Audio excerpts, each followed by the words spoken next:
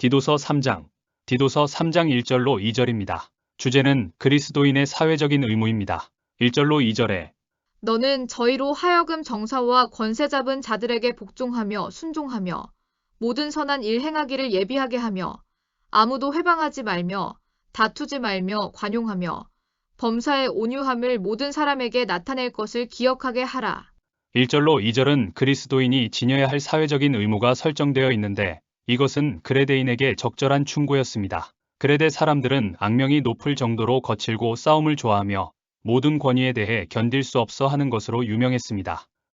헬라의 역사가인 폴리비우스는 그들에 대해서 말하기를 그들은 언제든지 반란과 살인과 대혈전에 휘말려 있었다고 했습니다. 그리스도인은 하늘의 시민권을 가진 자로서 천국을 향하여 나아가며 주님과 함께할 날을 기다리지만 이 땅에서의 삶을 소홀히 해서는 안 됩니다. 첫째, 그리스도인은 사회 법규를 잘 지켜야 합니다. 디도가 목회하고 있는 그레데 사람들은 반항적인 기질을 지니고 있었습니다. 그레데 사람들은 악명이 높을 정도로 거칠고 싸움을 좋아하며 모든 권위에 반항했습니다. 그들 안에 깃들어 있던 반항적인 성품과 기질들은 반기독교적인 정신을 배양시키고 있었습니다. 그래서 바울은 디도에게 이렇게 가르쳤습니다. 1절을 보면 너는 저희로 하여금 정사와 권세 잡은 자들에게 복종하며 순종하라고 했습니다. 디도의 사명은 그레데의 그리스도인들로 하여금 법을 잘 지키며 사회적 공권력을 지닌 자들에게 기꺼이 복종하고 공적인 평화를 유지하는 데 힘쓰도록 가르쳐야 했습니다. 당시 1세기 이상 로마의 통치를 받아온 그레데인들은 유대인들의 충동을 받아 반항심이 강화되어 있었습니다. 그러나 기독교는 정치적 반항심을 조장하는 도구가 되어서는 바람직하지 않습니다. 그래서 바울은 로마 교우들에게도 권고했습니다. 로마서 13장 1절에 각 사람은 위에 있는 권세들에게 굴복하라. 권세는 하나님께로 낮지 않음이 없나니 모든 권세는 다 하나님의 정하신 바라. 옛날 그레데인들이 복음의 전파를 위해 로마의 권위에 순종해야 했다면 우리도 복음의 전파를 위해 사회적 의무에 충실해야 합니다. 예를 들면 납세, 준법, 정직한 상거래 등입니다. 둘째, 그리스도인은 선을 행해야 합니다. 현대인의 특징 중 하나는 권태입니다. 권태의 사전적 의미는 어떤 일이나 상태에 시들해져서 생기는 게으름이나 실증입니다. 권태는 자기 중심적 삶이 가져오는 직접적인 결과입니다. 왜 내가 그것을 해야 해? 딴 사람이 하도록 하지. 이러한 생각으로 살아가는 한 권태로운 삶은 지속됩니다. 선한의 헬라어는 아가토스입니다. 의미는 좋은, 선한, 은혜로운, 유용한, 호의적인입니다. 이 단어는 인격과 성품이 좋아서 그 결과가 유익한 것을 나타냅니다. 이 단어가 관사와 더불어 중성 형용사로 쓸 경우에는 선한, 즉 도덕적으로 고결하고 하나님 보시기에 좋으며 선함이라는 의미를 가지게 됩니다. 바울은 디도에게 모든 선한 일 행하기를 예비하게 하라고 했습니다. 이것이 그리스도인이 이 땅에서 해야 할 의무입니다. 빌립보서 4장 8절에 종말로 형제들아 무엇에든지 참되며 무엇에든지 경건하며 무엇에든지 옳으며 무엇에든지 정결하며 무엇에든지 사랑할 만하며 무엇에든지 칭찬할 만하며 무슨 덕이 있든지 무슨 기림이 있든지 이것들을 생각하라. 셋째, 그리스도인은 말을 조심해야 합니다. 2절을 보면 아무도 회방하지 말라고 했습니다. 회방의 헬라어는 블라스페메오입니다. 의미는 불경건하게 말하다, 모욕적인 말을 하다, 참남하게 말하다, 나쁘게 말하다, 조롱하다, 헐뜯다, 악담하다, 책망하는 투로 말하다, 욕하다, 욕설을 퍼붓다, 중상하다, 모독하다입니다. 혀를 잘못 사용하면 회방할 수 있습니다. 야고보서 3장 8절에 혀는 능히 길들일 사람이 없나니 쉬지 아니하는 악이요 죽이는 독이 가득한 것이라. 성도는 욕을 받으시되 대신 욕하지 아니하시고 원수를 사랑하라고 하신 주님의 말씀을 준행해야 합니다. 베드로 전서 2장 22절로 23절에 저는 죄를 범치 아니하시고 그 입에 괴사도 없으시며 욕을 받으시되 대신 욕하지 아니하시고 고난을 받으시되 위협하지 아니하시고 오직 공의로 심판하시는 자에게 부탁하시며 넷째, 그리스도인은 다투지 말아야 합니다. 2절을 보면 다투지 말라고 했습니다. 다투지 말라의 헬라어는 아마코스입니다. 의미는 평화를 좋아하는, 논쟁하지 않는, 싸움을 절제하는 입니다. 잠언 18장 6절을 보면 미련한 자의 입술은 다툼을 일으키고 그 입은 매를 자청하느니라고 했습니다. 다툼으로는 이웃과 선한 관계를 유지할 수 없습니다. 이사야 42장 2절을 보면 주님은 외치지 아니하며 목소리를 높이지 아니하며 소리가 거리에 들리지 않게 하신 분이셨습니다. 이러한 그리스도를 깊이 생각하면 그리스도인의 인간관계는 달라질 수 있습니다. 5째, 그리스도인은 관용해야 합니다. 2절을 보면 관용하라고 했습니다. 바울은 빌립보에 있는 교우들에게도 너희 관용을 모든 사람에게 알게 하라고 했습니다. 관용의 헬라어는 에피에리케스입니다. 의미는 친절한, 온화한, 너그러운, 인내하는 입니다. 그리스도인은 매사에 너그러워야 합니다. 아리스토텔레스는 관용이 인간의 약점에 대한 관대한 이해성을 나타내고 법률의 활자뿐 아니라 입법자의 진의와 의도를 고려하는 능력을 나타내는 것이라고 했습니다. 너그러운 사람은 지나치게 엄격한 속에 이따금 생기기 쉬운 불의를 피하고 언제나 자비롭게 의를 누릴 수 있는 사람입니다. 6째, 그리스도인은 온유해야 합니다. 2절 중반부를 보면 범사의 온유함을 모든 사람에게 나타낼 것을 기억하게 하라고 했습니다. 온유함의 헬라어는 뿌라우데스입니다. 의미는 온순, 겸손, 온화입니다. 온유함은 자신의 감정을 항상 완전히 통제하고 있는 사람을 가리킬 때 사용됩니다.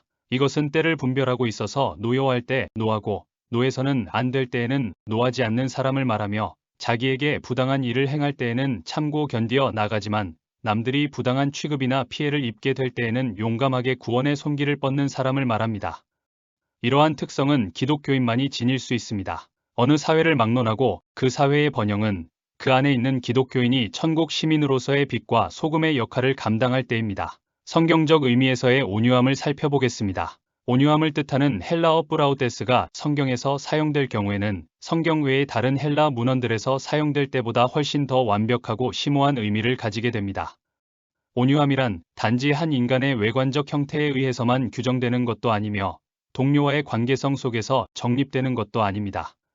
즉, 온유함이란 인간의 고유한 본성에 속한 것이 아니라는 말입니다. 온유함은 인간의 영혼에 깃들어 있는 하나님의 은혜입니다. 이 은혜는 항상 하나님께로 향할 때만 존재 가치가 있습니다. 아무런 저항감이나 거부감이 없이 받아들일 때 생기는 심령의 평정을 의미합니다.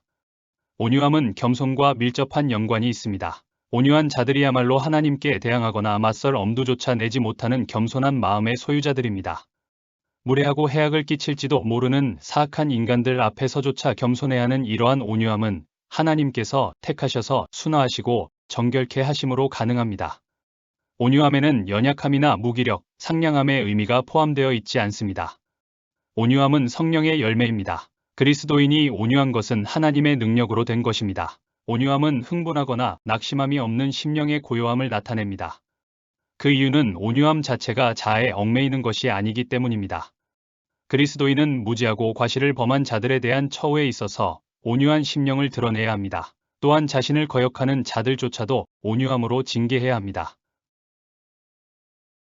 디도서 3장 3절로 7절입니다. 주제는 그리스도인의 신앙적인 의무입니다. 3절로 7절에 우리도 전에는 어리석은 자요 순종치 아니한 자요 속은 자요 각색 정욕과 행락의 종 노릇한 자요 악독과 투기로 지낸 자요 가증스러운 자요 피차 미워한 자였으나 우리 구주 하나님의 자비와 사람 사랑하심을 나타내실 때에 우리를 구원하시되 우리의 행한 바 의로운 행위로 말미암지 아니하고 오직 그의 긍휼하심을 조차 중생의 씻음과 성령의 새롭게 하심으로 하셨나니 성령을 우리 구주 예수 그리스도로 말미암아 우리에게 풍성히 부어주사 우리로 저의 은혜를 힘입어 의롭다 하심을 얻어 영생의 소망을 따라 후사가 되게 하려 하심이라. 그리스도인에게는 사회적인 의무 외에도 신앙적인 의무가 있습니다. 신앙적인 의무는 첫째, 죄 많은 과거를 기억하는 것입니다. 바울은 디도를 통해 그레데 교우들이 그들의 죄 많은 과거를 기억해 줄 것을 요구했습니다.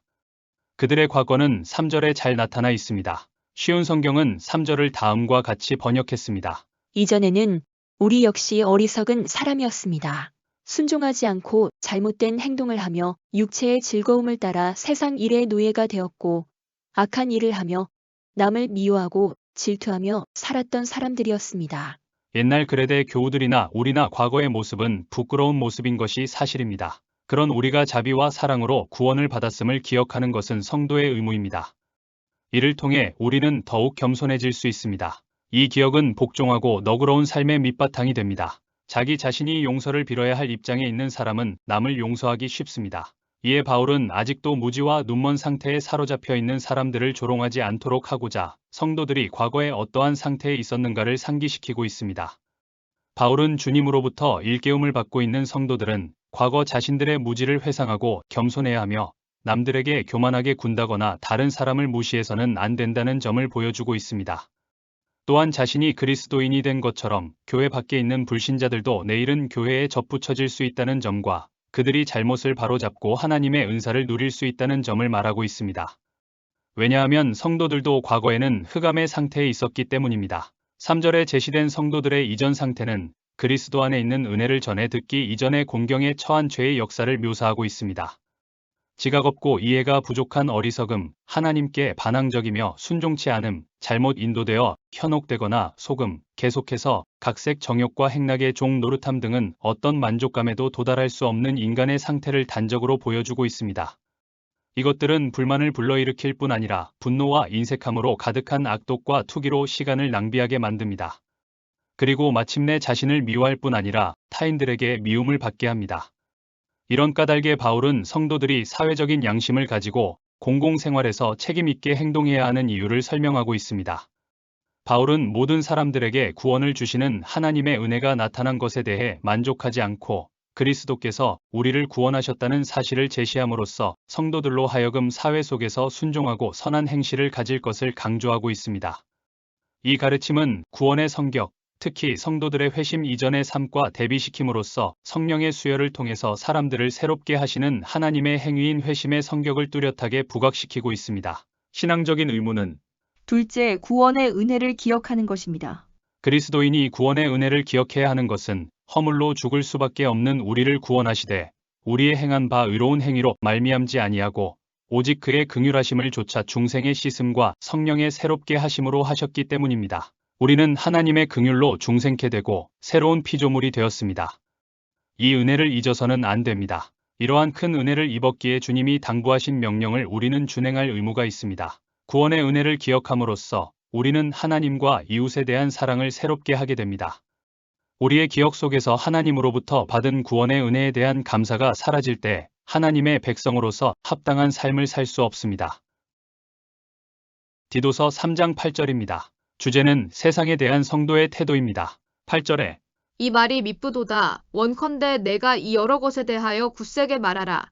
이는 하나님을 믿는 자들로 하여금 조심하여 선한 일을 힘쓰게 하려 함이라. 이것은 아름다우며 사람들에게 유익하니라. 이 구절은 그리스도인의 사회생활에 대한 교훈을 가르치고 있습니다. 첫 번째, 성도는 예수님이 구세주임을 전해야 합니다. 8절을 보면 원컨대 내가 이 여러 것에 대하여 굳세게 말하라고 했습니다. 이 말은 예수 그리스도가 구주이심을 굳세게 전하라는 것입니다. 복음은 죄로 죽을 수밖에 없는 사람의 영혼을 구원하는 능력이 있습니다. 또 부패한 세상과 사회를 개혁하는 능력이 있습니다. 우리도 예수를 믿기 전에는 어리석은 자여, 순종치 아니한 자여, 악독과 투기로 지낸 자여, 가증스러운 자여, 정욕과 행락에 종노릇한 자여, 피차 미워한 자였습니다.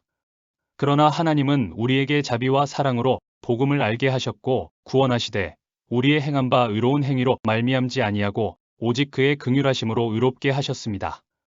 이와 같이 그리스도의 복음에는 변혁의 씨앗이 있습니다. 구원의 능력이 있는 것입니다. 그러므로 우리는 비방하지 말며 다투지 말며 관용하며 범사에 온유함으로 모든 사람에게 선을 행실로 나타내며 복음을 전해야 합니다. 사도행전 4장 12절에 다른 이로서는 구원을 얻을 수 없나니 천하 인간의 구원을 얻을 만한 다른 이름을 우리에게 주신 일이 없음이니라.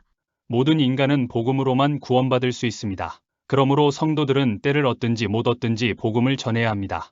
이것은 또한 예수님의 최후 지상 명령이기도 합니다. 마가복음 16장 15절로 16절을 현대인의 성경은 다음과 같이 번역했습니다. 너희는 온 세상에 나가 모든 사람에게 기쁜 소식을 전파하여라. 믿고 세례를 받는 사람은 구원을 받고 믿지 않는 사람은 죄인으로 단정될 것이다. 두 번째, 선한 일을 힘쓰며 세상에 유익을 끼쳐야 합니다. 하나님의 자녀로서 이 세상을 살아가는 성도에게 있어 중요한 생활의 실천 덕목은 사랑과 선입니다.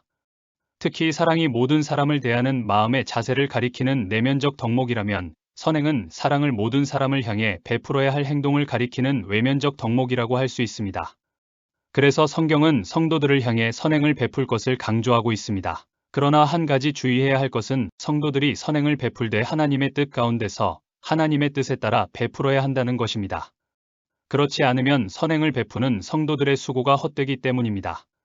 첫째, 하나님이 주시는 힘으로 선을 행해야 합니다. 성도들 중에 어떤 이들은 선행을 베풀 때 자기가 가진 선한 의지와 재물과 권력으로 또는 자신의 건강한 육체의 힘으로 하는 것이라 생각하는 경우가 있습니다.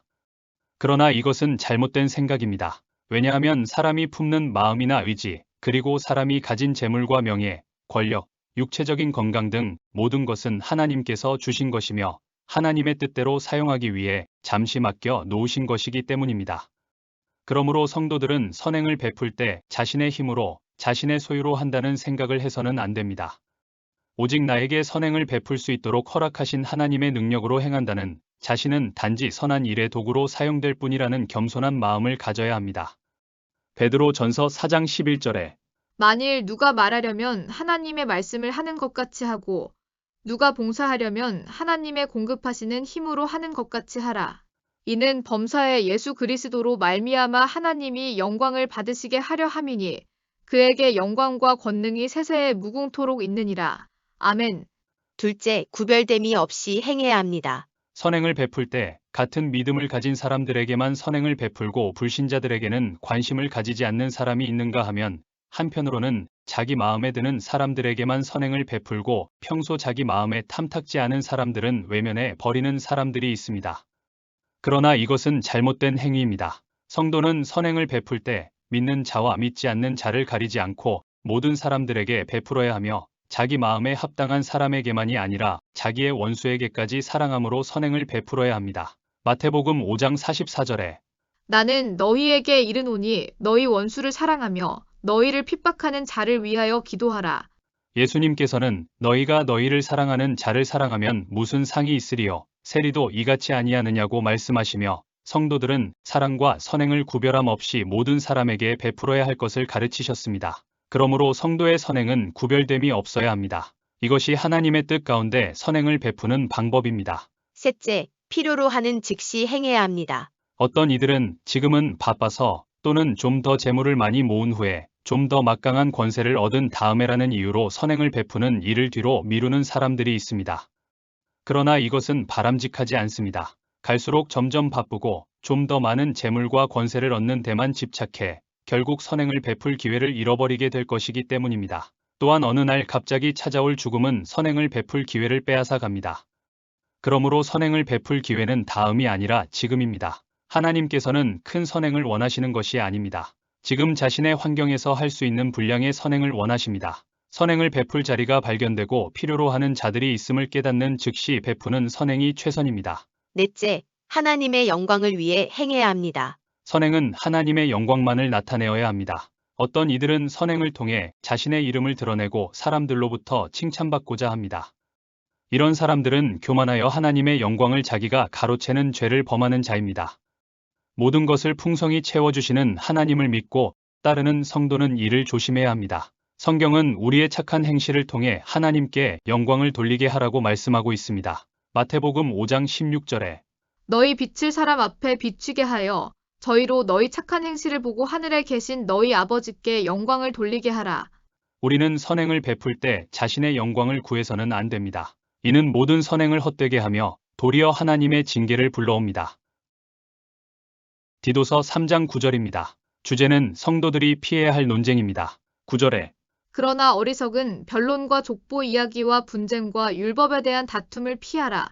이것은 무익한 것이요 헛된 것이니라. 사람이 살아가는 데 있어 대화는 대단히 중요합니다. 대화를 통해 새로운 지식을 얻게 되고 마음을 열고 진지하게 나눈 대화는 사람과 사람 사이에 있는 감정의 대립이나 의견의 대립을 해소시켜 주며 보다 바람직한 관계를 형성시켜 주기 때문입니다.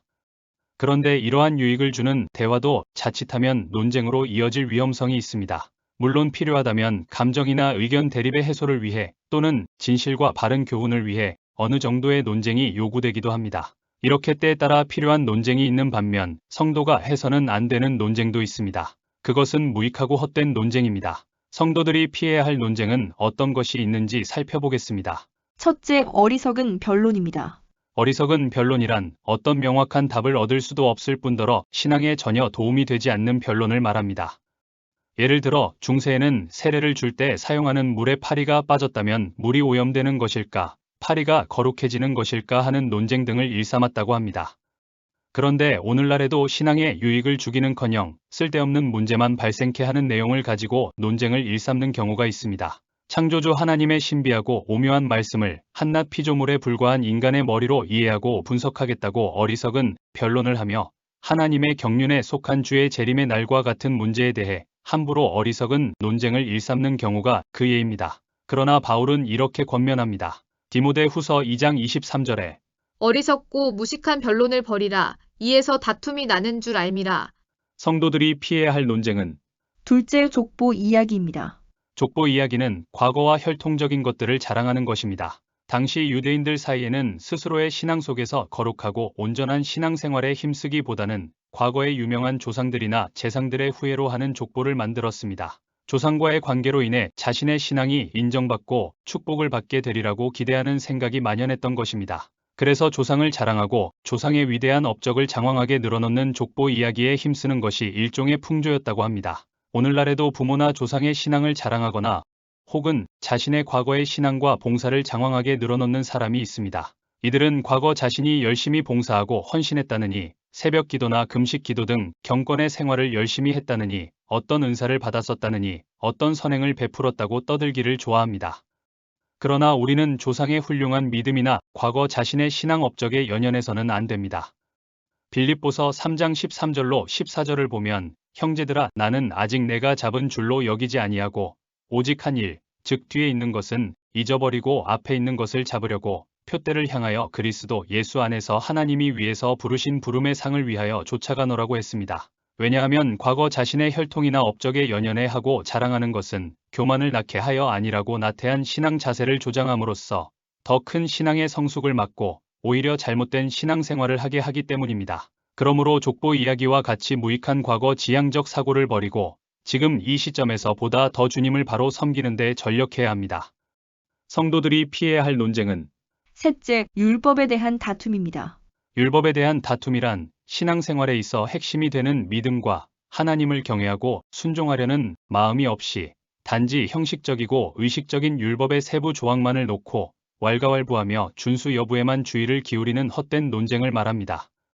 물론 참된 믿음과 순종이 있는 자는 하나님이 원하시는 뜻대로 도덕적이고 율법적인 경건한 삶을 살아갑니다.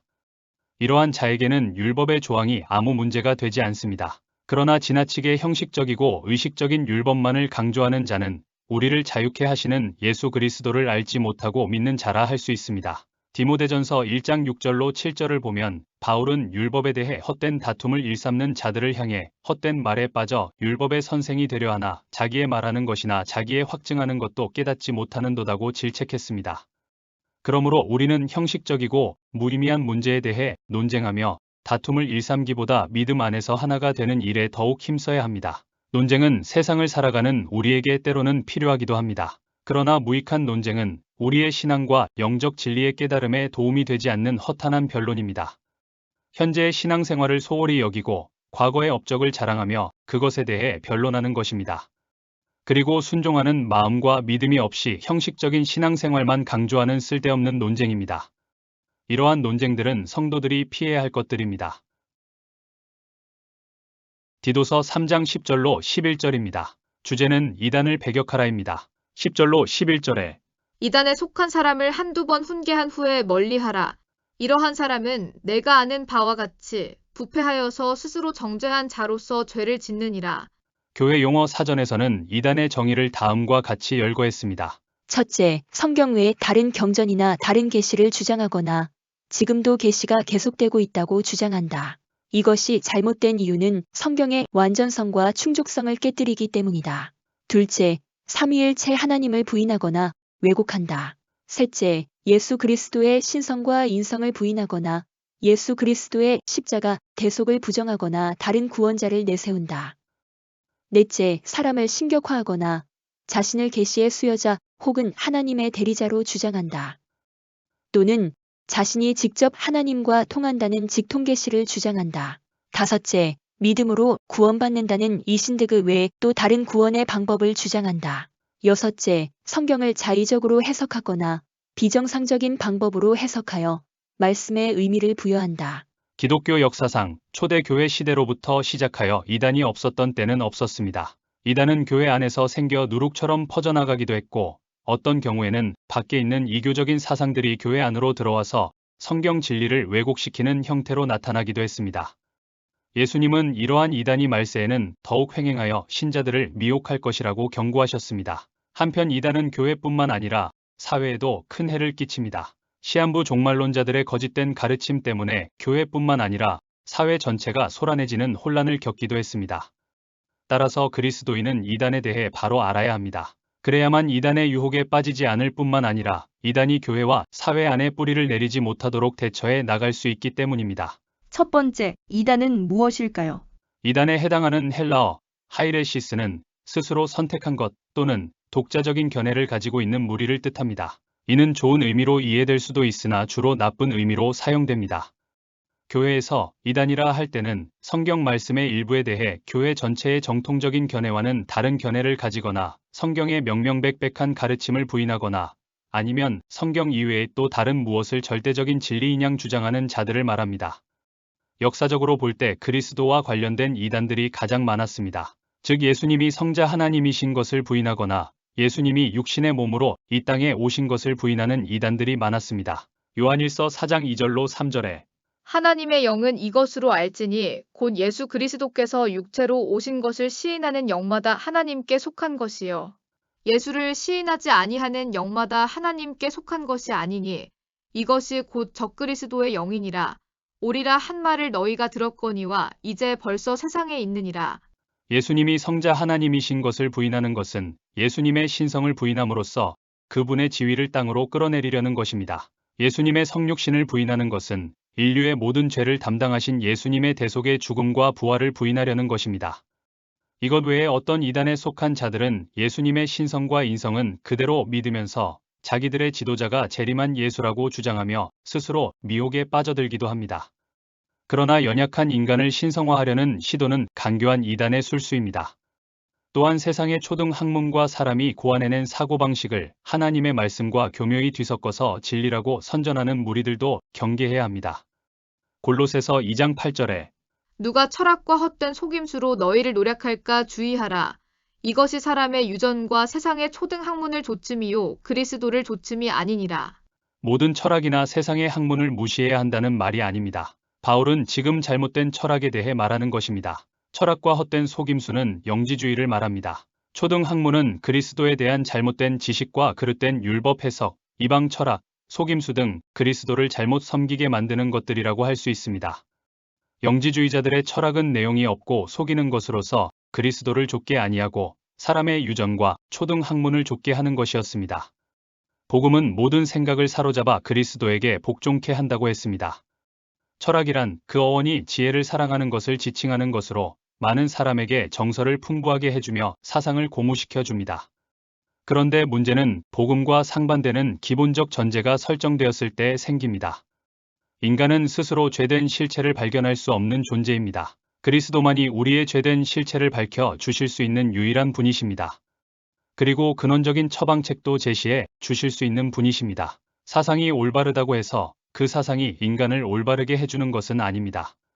우리를 올바르게 할 수 있는 것은 십자가뿐입니다. 선은 인간의 업적이 아니라 하나님으로부터 주어지는 하나님의 은사입니다. 철학적 사상은 우리로 하여금 선명하게 사고하도록 합니다. 그러나 그것은 궁극적으로 우리에게 풍성한 삶을 체험케 하거나 영생을 확신케 해주는 데는 충분치 못합니다. 그리스도만이 우리의 공허함과 욕구를 충족시켜 줄 수 있습니다. 초대교회에 들어온 기만적인 철학은 하나님과 인간에 관하여 또 하나님과 인간이 어떻게 연결될 수 있는가에 관하여 왜곡된 사상을 주입시킴으로써 교인들을 미궁에 빠뜨렸습니다. 그러므로 새로 믿기 시작한 그리스도인들은 기독교 사상과 거짓된 철학의 교묘한 혼합을 경계해야 했던 것입니다. 이것은 오늘날의 성도들도 마찬가지입니다. 두 번째, 이단을 분별하는 방법은 무엇일까요? 교회 용어 사전에서는 이단의 특징을 다음과 같이 열거했습니다. 첫째, 하나님으로부터 새롭고 특별한 계시를 받았다고 주장한다. 둘째, 지도자의 권위를 신격화하여 절대시하며 맹종을 요구하고 비윤리적이며 비인격적인 리더십을 드러낸다. 셋째, 기존 교회의 가르침에 대항해 자신들의 가르침을 주장하고 기존 신자를 흔들며 유인하는 혼란을 야기시킨다.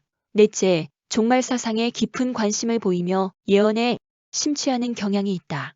다섯째, 교주를 심판의 주로 신격화한다. 서머나 교회는 발람의 가르침을 퍼뜨리는 무리들로 인해 혼란을 겪었고, 두아디라 교회는 자칭 선지자라 하는 이세벨의 가르침으로 인해 혼란을 겪었습니다. 교회 안에서 이단적인 가르침이 퍼져나가는 것은 무서운 일입니다. 그렇다면 이단들을 어떻게 분별해낼 수 있을까요? 이단들이 가지는 공통된 특성 몇 가지를 살펴보도록 하겠습니다. 이단들이 가지는 공통된 특성은 첫째, 이단은 처음의 주장과 나중의 주장을 서로 달리합니다. 한문으로 이단은 끝이 다르다는 뜻입니다. 이단은 처음에는 사람들을 미혹하기 위해 이런 말을 했다가 나중에 상황이 바뀌면 다른 말을 하는 특성을 가지고 있습니다. 예를 들면 처음에는 예수님이 구원자라고 했다가 시간이 흘러 잘못된 교리의 세뇌가 되면 교주가 예수님이며 구원자라고 가르칩니다. 이단들이 가지는 공통된 특성은 둘째, 이단은 성경의 가르침을 그대로 받아들이지 않고 일부를 왜곡 해석하거나 다른 무엇을 성경에 첨가하여 해석합니다. 이에 사도 베드로도 성경에 무엇을 가감하거나 억지로 해석하려 하다가는 스스로 멸망에 이르게 될 것이라 경고했습니다. 베드로 후서 3장 16절에 알기 어려운 것이 덜어 있으니 무식한 자들과 굳세지 못한 자들이 다른 성경과 같이 그것도 억지로 풀다가 스스로 멸망에 이르느니라. 이단들이 가지는 공통된 특성은 셋째, 배타적이고 독단적인 구원론을 주장합니다. 이단은 기존 교회를 떠나 자신들에게 와야만 구원을 얻을 수 있다고 합니다. 이단들이 가지는 공통된 특성은 넷째, 인간 교주를 절대화합니다. 이단들이 가지는 공통된 특성은 다섯째, 시한부 종말론을 주장합니다. 이외에도 이단은 무조건적인 은혜로 구원 얻는 것이 아니라 조건적인 구원론을 주장하며 자신의 단체를 일반인들에게 공개하지 않고 비밀스럽게 하는 폐쇄적인 특성들이 있습니다. 그러므로 우리는 이러한 이단의 특성들을 알고 분별함으로써 이단의 미혹에 빠지지 않도록 해야 합니다. 귀한 것에는 가짜가 많은 것처럼 이단은 진짜 흉내를 내므로 성도들을 미혹합니다. 사단은 교묘한 이단적인 가르침들을 통해 교회를 혼란에 빠뜨리고자 수만 가지의 방법들을 동원합니다. 따라서 우리는 이단적인 가르침을 경계해야 합니다. 성도 중에서 미혹을 받아 이단의 가르침에 빠져든 자가 있다면 사랑과 긍휼과 인내로 권고하고 훈계함으로써 이단의 가르침에서 떠나도록 해야 합니다. 그래도 돌이키지 않는 경우에는 교회의 순결을 지키기 위해 출교해야 합니다. 우리는 이단의 활동이 거세어지는 시대에 살고 있으므로 이단의 가르침이 교회를 넘보지 못하도록 마음을 모아야 합니다. 세 번째, 이단의 판단 기준은 무엇일까요? 성경 66권이 이단의 판단 기준이며 이단 규정의 근거이기도 합니다. 특히 성경과 계시 사상이 중요하며 신관을 비롯하여 하나님의 창조 사상, 성경적인 인간 이해와 기독론, 구원론, 성령론, 교회론, 종말론 등이 이단 판단의 중요한 잣대가 됩니다. 그리고 공교회의 신앙 고백인 사도신경과 기독교 신앙의 근본 교리를 판단 기준으로 삼아야 합니다. 웨스트민스트 신조나 하이델베르크 신학 문답서 등은 이단을 판단하는 좋은 자료가 됩니다. 한편 이단성이란 이단적, 사이비적인 요소가 많아 정도의 측면에서 이단성이라는 용어로 대체할 수 있습니다.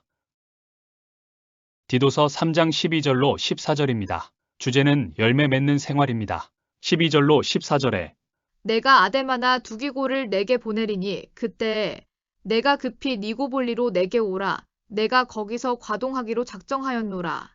교법사 세나와 및 아볼로를 급히 먼저 보내어 저희로 궁핍함이 없게 하고 또 우리 사람들도 열매 없는 자가 되지 않게 하기 위하여 필요한 것을 예비하는 좋은 일에 힘쓰기를 배우게 하라. 교회의 고유한 기능으로는 전도, 예배, 교육, 봉사, 구제, 치유, 교제 등이 있습니다. 교회에 따라서 이 기능들 중 어느 부분이 두드러지는 경우도 있으나 대체로 좋은 교회라 함은 여러 기능들이 조화를 이루는 것입니다. 교회는 예수 그리스도의 피로 하나 된 공동체입니다. 하나됨을 이루는 것은 교제를 통해서입니다. 인간은 교제를 통해 행복해지고 교제를 통해 자신의 정체성을 알아가고 교제를 통해 성장해 갑니다. 교회에서 성도 간의 교제는 생명을 나누는 교제이며 위로의 교제이고 은혜로운 교제이며 구원의 교제라 할 수 있습니다. 이런 교제가 이루어지는 교회가 행복한 교회입니다. 12절을 보면 내가 급히 니고볼리로 내게 오라. 내가 거기서 과동하기로 작정하였노라고 했습니다. 바울은 니고볼리에서 디도와 합류하기 위해 디도서를 기록했으나 그 사이에 로마 관원에게 체포되어 투옥되었습니다. 결국 디모데 후서를 마지막으로 바울은 로마 서쪽의 오스티안 웨이에서 참수로 세상을 떠났습니다. 바울의 일생을 보면 자신의 뜻대로 모든 것이 되어진 것은 아니었습니다. 하나님은 교회를 핍박하던 바울을 불러 이방 선교의 사도로 삼으셨습니다. 2차 전도 여행 때에는 아시아에 복음을 전하려 했으나 성령의 막으심으로 반대 방향인 유럽으로 가게 되었습니다. 자유의 몸으로 로마를 방문하기 원했지만 그 땅을 밟을 때는 사슬에 매인 죄수의 몸이었습니다. 이를 통해 알 수 있는 것은 모든 사람의 인생은 자기의 계획과 뜻대로 되는 것이 아니라 하나님의 계획대로 진행된다는 것입니다. 하나님의 뜻은 우리의 뜻과 다를 수 있습니다. 형통한 삶이란 우리 욕심이나 계획대로 되는 것이 아니라 하나님의 뜻이 이루어지는 삶입니다. 아름다운 교제에는 서로 순종이 있습니다. 자기 주장만 있는 곳에는 참다운 교제가 일어날 수 없습니다. 일방적인 명령만 있는 곳에도 아름다운 교제가 일어날 수 없습니다. 진정한 교제는 부탁하고 들어주고 명하고 순종하는 것입니다. 교제 자체가 서로를 인정하고 수용할 때 형성되는 것이기 때문입니다. 바울은 디도에게 명하고 디도는 사도의 명을 따르고 있습니다. 바울은 니고볼리에서 겨울을 보내기로 작정했습니다. 니고볼리는 아가야의 서북 해안 마게도냐와의 경계에 있는 교통 요충지였습니다. 어쩌면 거기서 또다시 새로운 선교 전략을 짜려고 했는지 모릅니다. 디도는 편지를 받고 니고볼리에 왔을 것이고 디모데 후서를 보면 디도는 니고볼리에서 육로로 갈 수 있는 달마디아로 선교를 떠났습니다. 니고볼리의 겨울 회동에서 디도의 선교가 그레데에서 달마디아로 옮겨졌던 것입니다. 이것이 사도와 제자 사이에 자연스럽게 일어난 일입니다. 이를 통해 우리가 배울 것은 성도끼리 피차 순종하며 협력하고 하나님의 종들에게 순종하며 협력해야 한다는 것입니다. 이것은 사람에게 순종하는 것이 아니라 하나님께 순종하는 것입니다. 말씀에 대한 순종은 항상 사람에 대한 순종으로 나타납니다. 부모에 대한 순종으로, 선생에 대한 순종으로, 피차 순종으로 나타납니다. 그리고 순종하는 곳에 하나님의 역사가 이루어집니다. 13절로 14절을 보면 교법사 세나와 및 아볼로를 급히 먼저 보내어 저희로 궁핍함이 없게 하고 또 우리 사람들도 열매 없는 자가 되지 않게 하기 위하여 필요한 것을 예비하는 좋은 일에 힘쓰기를 배우게 하라고 했습니다. 성도의 교제가 아름다운 것은 서로 도움이 있기 때문입니다. 바울은 디도에게 그레데에 있는 교법사 세나와 아볼로를 보내라고 했습니다.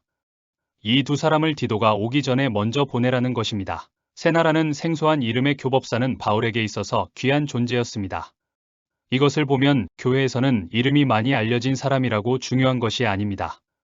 사람의 눈으로 볼 때는 초대교회 역사에서 주연은 바울 같은 사람이었고 교법사 세나와 아데마나 두기고는 그저 볼 별일 없는 조연이었습니다. 하지만 주 안에서 사역하는 자들에게는 주연과 조연의 구별이 있을 수 없습니다. 하나님 안에서는 그리스도만이 주연이시며 우리 모두는 조연임을 기억하면서 각자가 맡은 직분과 사명에 최선을 다해야 합니다. 왜냐하면 주님은 종들의 사역의 크기가 아닌 헌신과 충성의 정도에 따라 판단하시기 때문입니다.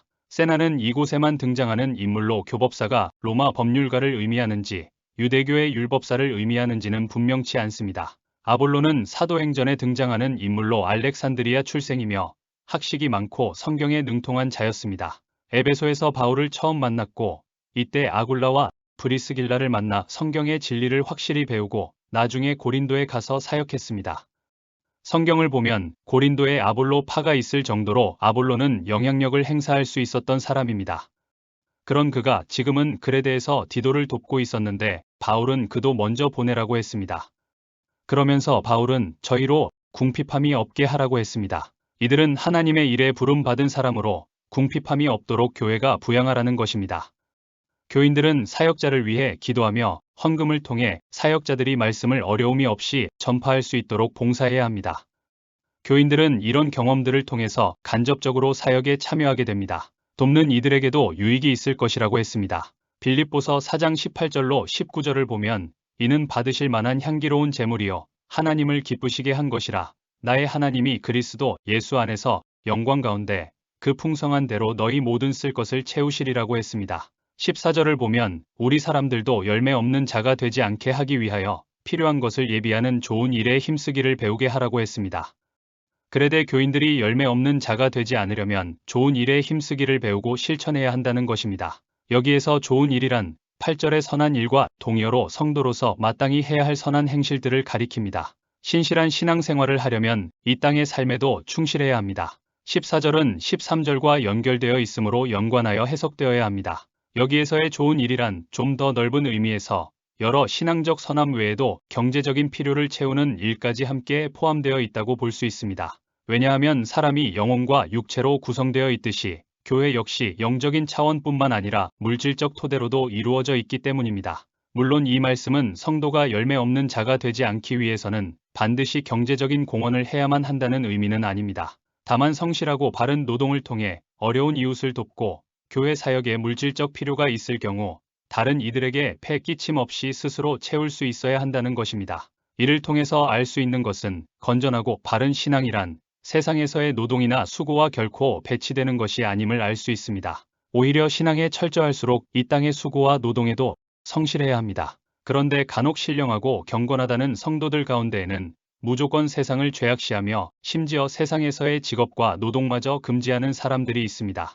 특히 잘못된 재림 신앙을 가진 자들은 재림을 준비한다며 가정, 직장, 사업, 학교 등을 포기하는 경우가 있습니다. 그런데 성경을 보면 재림을 준비하기 위해 가정, 직장, 사업, 학교 등을 버리고 특정한 장소로 모이라고 하지 않았습니다. 그러므로 우리는 신실하고 바른 신앙생활을 통해 열매 맺는 자가 되려면 신앙의 선한 행실과 더불어 이 땅에서의 직업과 노동에도 성실하고 충실해야 합니다.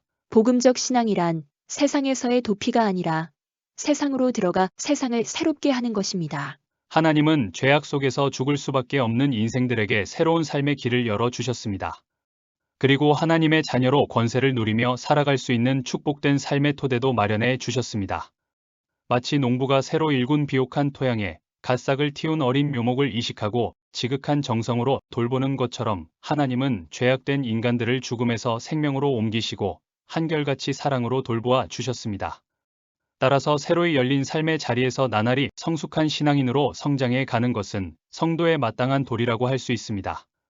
성도들이 하나님을 알기 전과는 달라진 모습으로 뭇 사람들에게 덕을 끼치게 될 때 하나님은 그 성도의 삶을 통해 영광을 받으십니다. 더욱이 성도들이 베푼 선행과 사랑이 불신자들을 회심시키는 또 다른 열매로 결실한다면 이는 하나님께 더할 나위 없는 기쁨이 될 것입니다. 예수님은 성도들에게 선행의 빛을 어두운 세상에 비추어 모든 사람들로 하여금 하늘에 계신 아버지께 영광 돌릴 것을 명하셨습니다. 마태복음 5장 16절에 이같이 너희 빛을 사람 앞에 비추게 하여 저희로 너희 착한 행실을 보고 하늘에 계신 너희 아버지께 영광을 돌리게 하라. 그러므로 성도들이 아름다운 생활의 열매를 맺는 것은 하나님의 영광을 온 천하에 드러내며 하나님께 온전한 영광을 돌려드리는 것입니다. 또한 하나님께 영광 돌리는 삶을 살아가는 것은 하나님의 사랑에 보답하는 성도의 도리라 할 수 있습니다. 그리스도인이 아름다운 생활의 열매를 맺기 위해서는 예수님 안에 거해야 합니다. 뿌리와 연결된 원줄기에서 잘려나간 가지는 아무리 우람하고 튼튼해도 열매를 맺을 수 없습니다. 예수 그리스도와 관계가 단절된 성도 역시 어떤 체험과 신앙을 자랑한다 해도 열매 맺는 삶을 살지는 못합니다.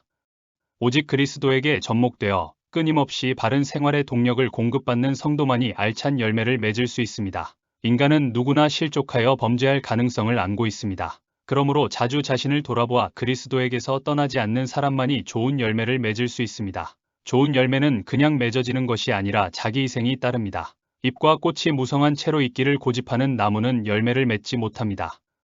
화려한 꽃이 시들고 모든 이파리가 떨어져 나가는 희생을 감수하는 나무만이 좋은 열매를 맺습니다.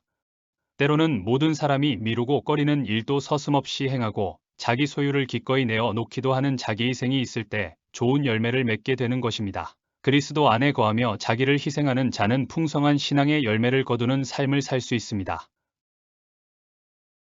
디도서 3장 15절입니다. 주제는 아름다운 성도의 교제입니다. 15절에 나와 함께 있는 자가 다 내게 무난하니 믿음 안에서 우리를 사랑하는 자들에게 너도 무난하라. 은혜가 너희 무리에게 있을지어다. 편지 말미에 주위 사람들의 안부를 묻고 무난 인사를 전하는 것은 당시에 행해졌던 통상적인 관례였습니다. 바울은 그의 서신에서 성도들에 대한 무난 인사를 거의 빠뜨리지 않고 있습니다. 이것은 편지의 형식을 갖추는 일이기도 하지만 거의 모든 서신의 말미에 안부를 묻는 데는 특별한 의미가 있습니다. 무난 인사를 통하여 교회 본연의 모습이 성도의 교제에 있다는 사실을 보여주는 것입니다. 교회는 하나님께 대한 공동의 신앙을 고백하고 성도들 피차간의 형제와 믿음의 교제를 나누는 거룩한 모임입니다. 따라서 올바른 교리적 신앙을 가지고 있다 하더라도 성도의 성스러운 교제가 없다면 참된 교회라고 할 수 없습니다. 바울은 문안 인사와 축도를 통하여 성도들을 향한 사랑을 전하고 있는 것입니다. 문안과 축도를 통해 성도의 교제에 대해 살펴보겠습니다. 첫째, 성도의 교제는 신앙을 바탕으로 이루어져야 합니다. 기본적인 생활 양태가 다양해지고 개별화된 현대 사회에서는 인간적인 사귐이 쉽게 이루어질 수 없습니다. 많은 사람이 여러 가지 구실로 단체를 결성하고 회합을 갖는 것도 이 때문입니다. 경직되고 사모화된 세태 속에서 무언가 인간적인 교류를 나눌 수 있는 방법을 모색하기 위해 인위적이나마 만남의 자리를 만들어 보는 것입니다. 하지만 이렇게 해서 만들어진 모임들은 거의 본래의 목적을 상실하고 중도에 흩어져 버립니다. 이것은 모든 구성원이 공유할 만한 모임의 구심점이 없고 깊은 영혼의 교류가 이루어지지 않는다는데 그 이유가 있습니다. 반면에 교회는 예수 그리스도에 대한 신앙을 토대로 형성된 공동체입니다. 따라서 교회의 본질적인 역할은 성도의 교제를 통해 신앙을 성숙시키고 선교 사역을 감당하는 것이라고 할 수 있습니다. 그런데 어떤 이들은 교회를 자아를 실현하고 종교적인 욕구를 충족시키는 인위적인 모임으로 여기기도 합니다. 교회를 통해 사역하고자 하시는 하나님의 뜻을 이해하지 못하고 직분을 통해 성취감을 얻고 지인들을 만나 담소하는 것으로 교회 활동을 다했다고 생각하는 것입니다. 그러나 예수 그리스도에 대한 사랑과 구원의 기쁨을 공유하는 신앙적 교제가 없는 교회 활동은 바람직하지 않습니다. 교회가 그리스도의 몸으로 존속하며 복음 전파의 사역을 감당하기 위해서는 신앙을 바탕으로 한 성도의 교제가 이루어지지 않으면 안 되는 것입니다. 둘째, 교회는 모든 성도가 형제로 만나는 공동체입니다. 고린도 후서 6장 18절에 너희에게 아버지가 되고 너희는 내게 자녀가 되리라. 전능하신 주의 말씀이니라. 성도는 예수 그리스도를 믿음으로 구속함을 받아 하나님의 자녀로 거듭난 사람들입니다. 예수님께서는 하늘에 계신 아버지의 뜻대로 행하는 자들은 형제요 자매요 모친이라고 증거하셨습니다. 마태복음 12장 50절에 누구든지 하늘에 계신 내 아버지의 뜻대로 하는 자가 내 형제요 자매요 모친이니라. 아무나 형제자매가 아니라 하나님의 뜻대로 행하는 자가 형제요 자매인 것입니다. 따라서 하나님의 자녀이며 예수 그리스도의 안에서 형제자매로 인정받은 자들의 모임인 교회는 하나의 가족 공동체라고도 할 수 있습니다. 가족의 구성원들은 대가를 바라지 않고 사랑을 베풀며 기쁨과 슬픔, 절망과 평화를 함께 나눕니다. 교회가 견지해야 할 모습도 이와 같습니다. 가난한 자나 부유한 자나 신체적, 정신적 결함을 가진 자나 건강한 자나 교회 안에서는 차별이 없습니다. 그리스도 안에 있는 사람은 한 형제자매이기 때문입니다. 모든 성도들이 참다운 형제로 교제할 때 교회는 하나님과 사람 앞에 아름다운 공동체로 설 수 있습니다. 셋째, 성도들은 서로를 위해 기도해야 합니다. 바울은 믿음의 형제들에게 전하는 안부 인사에 하나님의 은혜가 함께 하길 축원하는 축도를 덧붙이고 있습니다. 바울은 평소에도 성도들을 위한 기도를 쉬지 않았습니다. 그리고 성도들에게 자기를 위해 기도해 줄 것을 부탁하고 서로 위하여 기도해 주도록 당부했습니다. 기도는 직접 얼굴을 대하고 나누는 친교나 권면 못지않게 중요합니다. 마음을 다하여 서로 기도해 주는 것은 피차의 신앙을 성숙시키고 영적인 힘을 공급해 주는 아름다운 교제의 방법입니다. 따라서 성도들은 교회를 위해, 교우들을 위해 기도해야 합니다. 아름다운 성도의 교제는 신앙의 바탕을 둔 사랑과 기도를 통해서만 이룰 수 있습니다. 기도를 통한 교제는 공간의 한계를 뛰어넘는 성도만이 누릴 수 있는 특권입니다.